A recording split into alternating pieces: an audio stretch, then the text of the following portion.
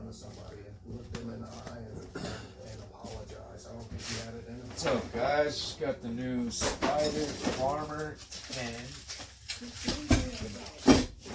Try to put it together. Yeah.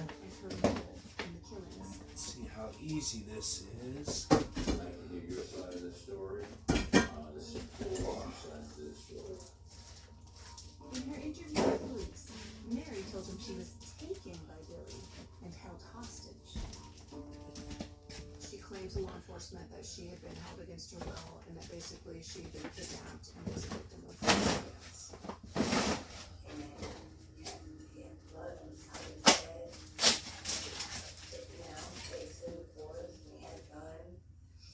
What kind of gun? There was a small gun. He got rid of it. And he told me to grab some things.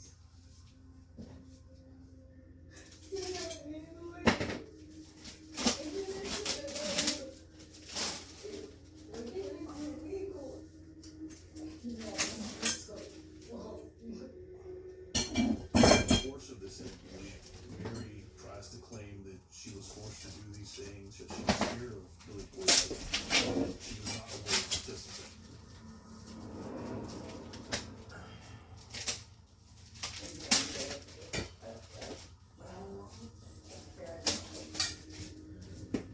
However, during the interview, she makes several statements that are contrary to that narrative. Mary claimed there was another person acting with Billy when Billy was killed.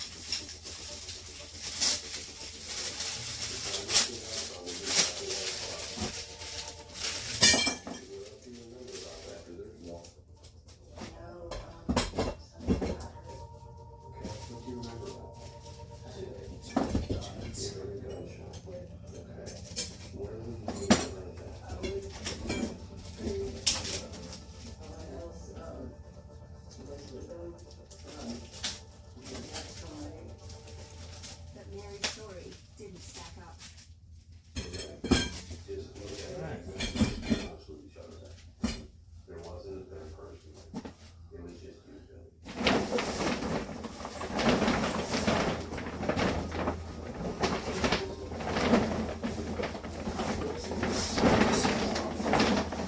Obviously, the goal of any interrogation is we either want a confession or we want a provable lie. In this case, we had several provable lies.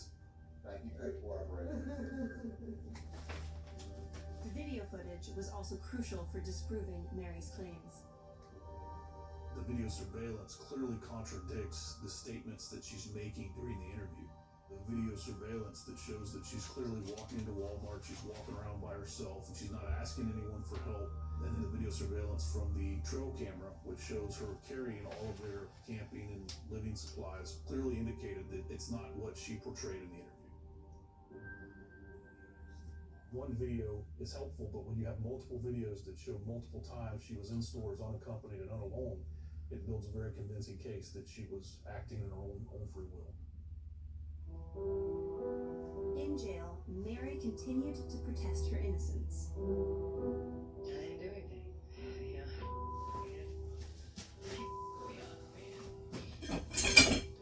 Without me, like almost every day. If she was the victim of domestic violence, then maybe she was worried that he would kill her, and she might not even know herself exactly why she went wrong. What we do see is that for co-offending behavior, where women are perpetrating with men are controlling the situation almost always. Women are going along with it, and that question comes up every single time. Why did she do it? Why did she go along with it? And the answers are the same as for lots of human behavior. Because of love, because of coercion, because of pressure, because of other reasons. And in this case, the thing you're doing is just this crime. But the motivations are often the same fundamental human motivations that encourage people to do anything else with their life. It's not a crime to be a victim, right? But if you're an accomplice, you're now an accessory to 4 murders. So yeah, you're looking at a pretty significant prison sentence when you're an accomplice. Mary Rice was sentenced to life in prison for the murder of Kayla Crocker, and she was also sentenced to 30 years in state prison for being an accessory after the fact to the murders of Jacqueline Moore and Alicia Greer. It felt good to finally get that conviction. At the same time, you mourn for the victims. There was 4 innocent women who were murdered senselessly. Mary Rice still hasn't been tried for the murder Sorry, of baby. the girls. You scare ya. This is gonna sound bad, but there is a sort of comfort knowing that Mary Rice will never leave prison. She'll live the rest of her days stuck behind a jail cell. It's good to know that there's no one else that she could hurt. And I guess that's closure enough. But Billy Boyette will never have to answer for his crimes. I don't believe the victims got justice. He basically took that from them by taking his own life, and we didn't have the opportunity to prosecute him for all the heinous things that he did to all the different victims.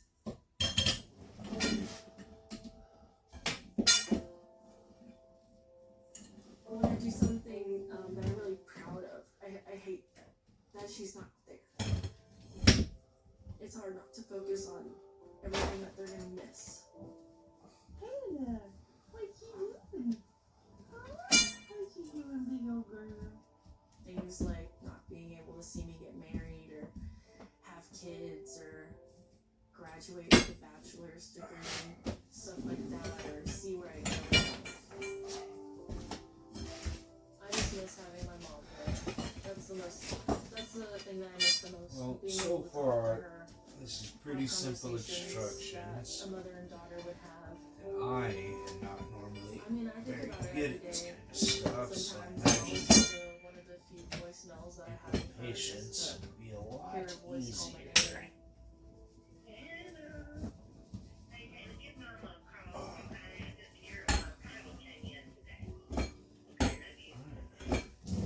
Having the voicemails is almost like a saving grace, to be honest, because it's not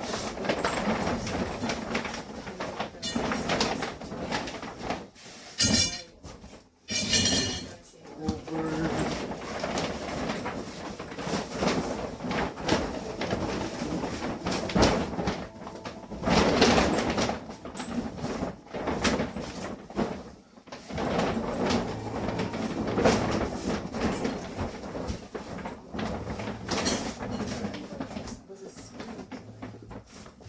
How do you distinguish between a scream and a serial?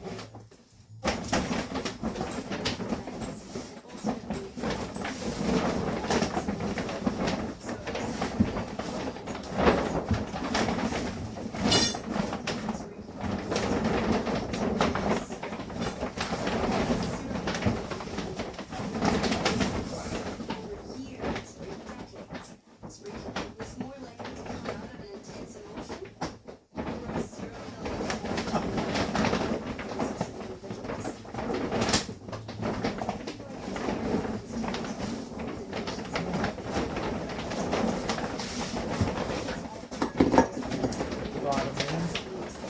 Using a knife is actually relatively rare. Oh, where were we? This is US specific. So this is really important because it comes down to access to guns. But in places like the United Kingdom or other places where guns are harder to get, that proportion changes dramatically and way more people are killed with knives. In our next case, a knife was key. In the UK, in northeast England, the city of Newcastle. Home of universities and nearly 50,000 students, including Jason It's Brockback. my other top.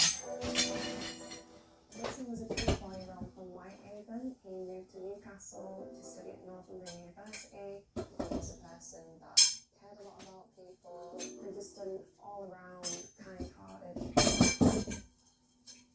Jason had grown up in a small coastal town in Cumbria. Homosexual people who grew up in small communities often flock to the city. There's a real draw into what you remember as more friendly spaces. There's a clustering that happens where you find a new community. And so it can be a very freeing experience for someone to leave a smaller community to go to a bigger community where they find more LGBT people. But on On September 24th, 2022, Jason stopped replying to messages from friends and family. The accommodation manager got a phone call from Jason's parents. They were just concerned about welfare. They hadn't heard from him in 3 days. She used a master key to gain entry to his room. The room was in a bit of disarray. The bed covers were off the bed. The TV was on. When she went into the ensuite bathroom, she saw blood on the walls and Jason very visibly dead. Matters. The police launched a murder investigation. Student residence was cordoned off.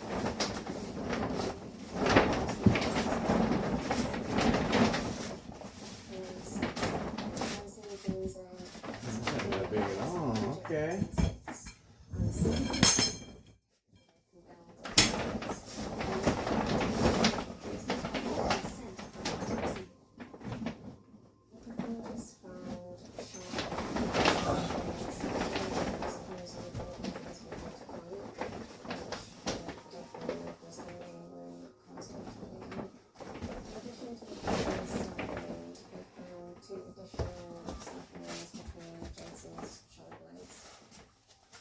The police needed to find out who had killed Jason.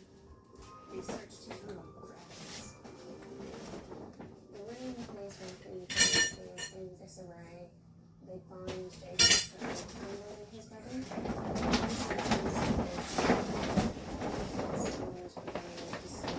Messages on the ground, which is a good idea, which obviously opens the door of multiple and speaking to people he suspects.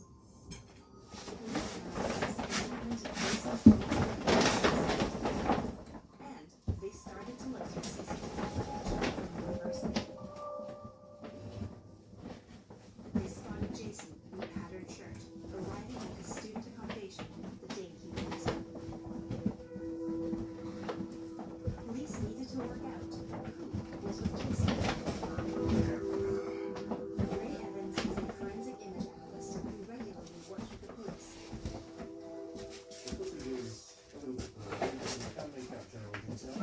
You can see he's wearing up and trousers. You can see the shape of his nose and the hair. The police can use this kind of footage to track the facial features and the clothing of the person. Newcastle has a big community, and there's nothing in it There we go. that would raise the alarm. And yet, forensic psychologist Coral Dando sees added layers to the human attraction.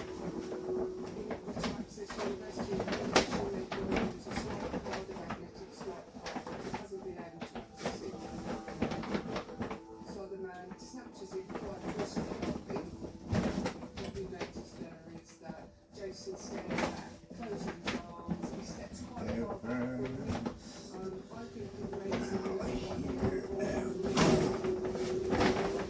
Charged the police to Alright. trace Jason's last step. One side, guys. And try to build a profile of the person he was with.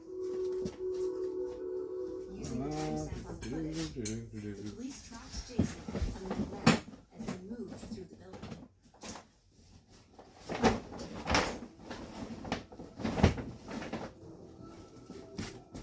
So the man tries to access the door. Jason at this point puts his hands on his hip and just tries to take his card back. I don't actually think he used the card to take it. When he's opened that door, his front door opens quite hard. Arrested for action. The important aspect about this CCTV footage, it's short, but it gives us a really good idea of who the person was that last saw Jason alive. 30 minutes later, a person matching the same description is caught on camera leaving Jason's residence. See that he has got a locker top, so that was obviously the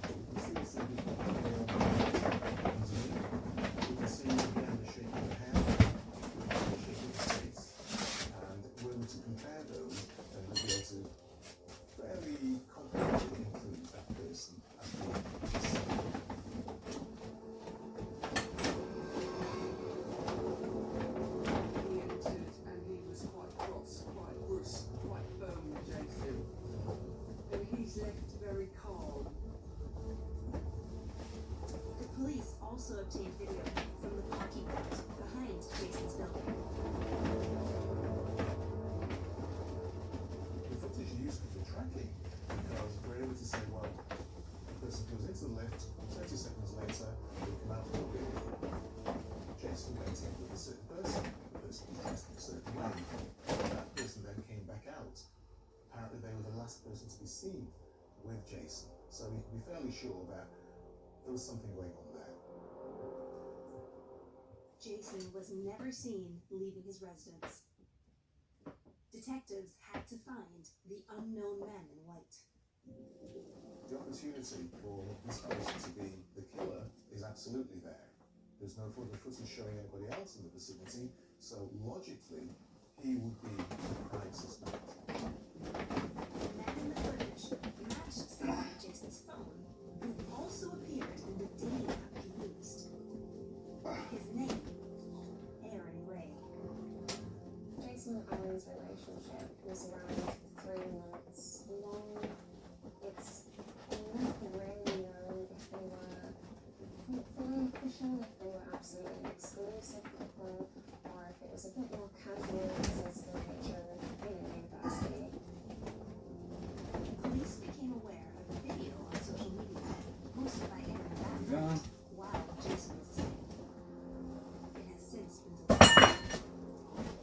The video has been posted on social media of Aaron scrolling through Jason's contacts, his messages. Aaron is recording himself making these messages in Jason's bathroom in his house in accommodation. Aaron has found messages where Jason's found sexual nature, and that's sparked some fear in him. He's getting quite worried by this. He also has the impression that he and Jason are exclusive. Police looked into Aaron's history and discovered a disturbing incident which had made local headlines years earlier. When he was a teenager, he killed his parents' wife. Oh, you fucking bitch, dude. He was found guilty of abusing an animal.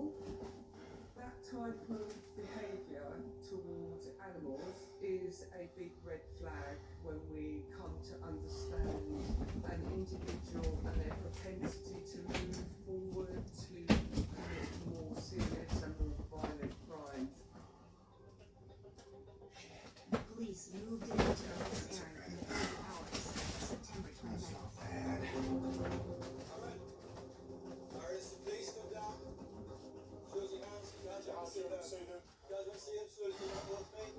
It's all captured in a very normal and easily home.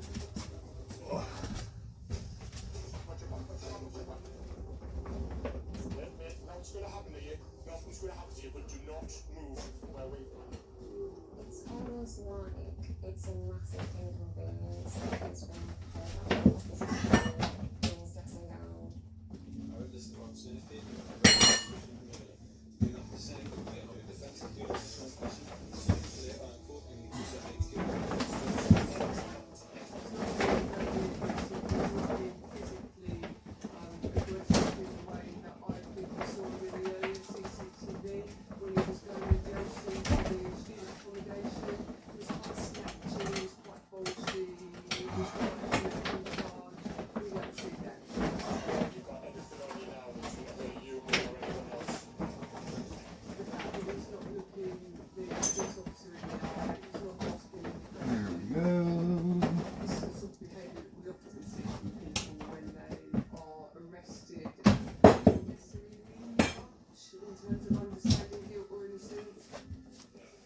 Alright guys, I will tell you this.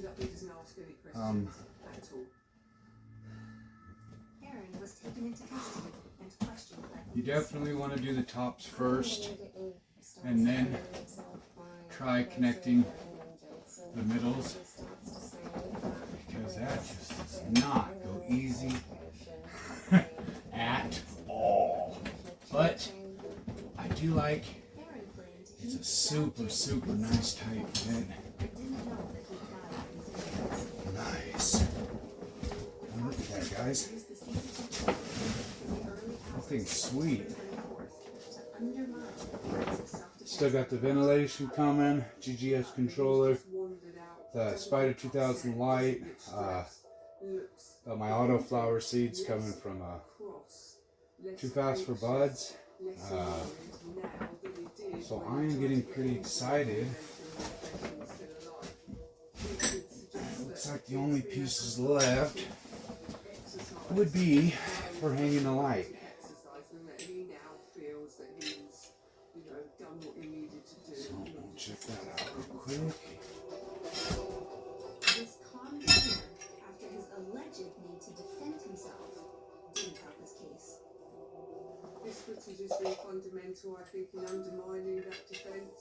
It seems incredulous that he's had a violent fight with someone that's necessitated him to attack him with a knife in order to defend himself. He's got no defence wounds by the looks of it. Alan did not call for help at all. He must have absolutely been aware that he had potentially fatally injured Jason. And all he's done is he's put his coat on, put his rucksack on, put his headphones on, and he's just left. In court, one of Aaron's ex-partners said he had to take steps to stop Aaron from contacting him after Aaron was violent and threatened to kill him. Having someone who is more hyper-masculine, who identifies with sort of these traits of masculinity like strength, and someone who's maybe more feminine, or maybe who doesn't identify as having those gender normative characteristics.